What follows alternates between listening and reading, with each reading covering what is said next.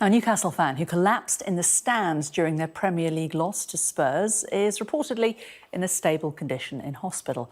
Well, the referee took the players off the pitch for 20 minutes during that first half to allow the fan to receive medical attention.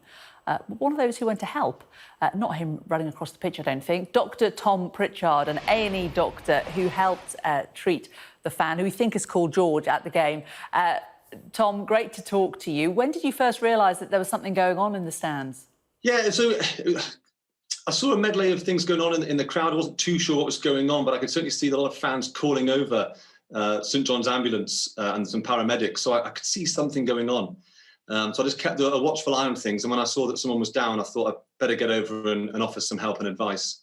So the ref paused the game, but how far away was he, and how easy or not was it to get to him? So, easy to get to, but it was a few blocks away from me. And when I got there, I had my back to the pitch, so I had no idea what was going on behind me. And even when I sat down after it had all finished, I was a bit confused that it was still the first half. I had no idea that the players had actually left the pitch and the game had been called off. You were just too focused on the job in hand. You're an A&E doctor, so you're obviously used to dealing with things like heart attacks and stuff in your day job, but doing it in the middle of the stands, in the middle of all these people, how difficult was it?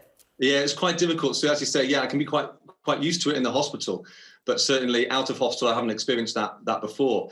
It was all very difficult. So he was kind of trapped in between some seats. It was quite noisy. I couldn't hear what the defibrillator was telling me, and it was all a bit different. So it was a bit of a struggle, yes, but plenty of extra support arrived, which was very helpful.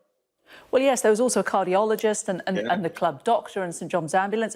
A football stadium's quite a good place to have a heart attack, isn't it? It would appear so. So I arrived then, and then a colleague actually next to me, Matty, came and helped as well. The crowd doctor, the official crowd doctor, Joe's an intensive care doctor. He arrived pretty quickly. We had, as you say, the cardiologist arrived in the crowd as well, and the club doctor came, and all offered help, and it was well run. Yeah.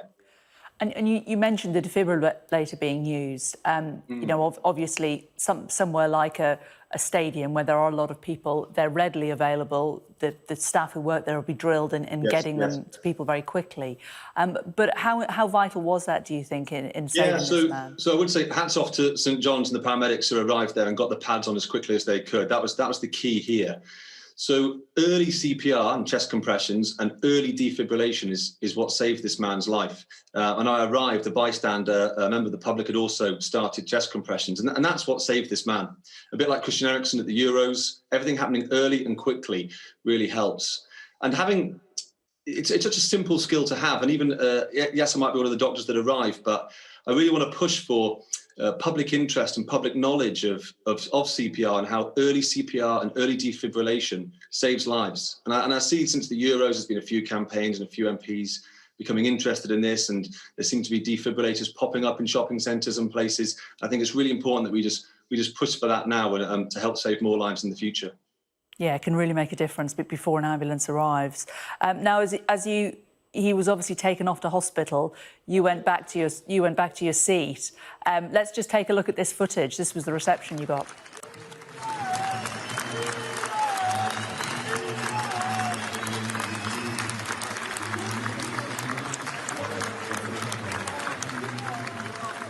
The audio was quite quiet, but, you know, they were saying in their inevitable Geordie hero. That must have been a pretty special moment. Yeah, well, it was a special moment. It was a great feeling, that walking back and having 5,000-10,000 Geordies chanting that at you was fantastic. Heading back to my seat there, but I don't want to take the light away from what everyone else in that team contributed. I couldn't have done this alone. It was the paramedics that had started early, the member of public that was there as well, the two doctors and the cardiologist that all arrived to help is what made this happen. And I would say that the real heroes here were St John's for acting so quickly in an extremely pressured environment. Well, it was great that you were there as well. Dr. Tom Prichard, thanks a lot for joining us today, and thanks for talking to us about the importance of defibrillators.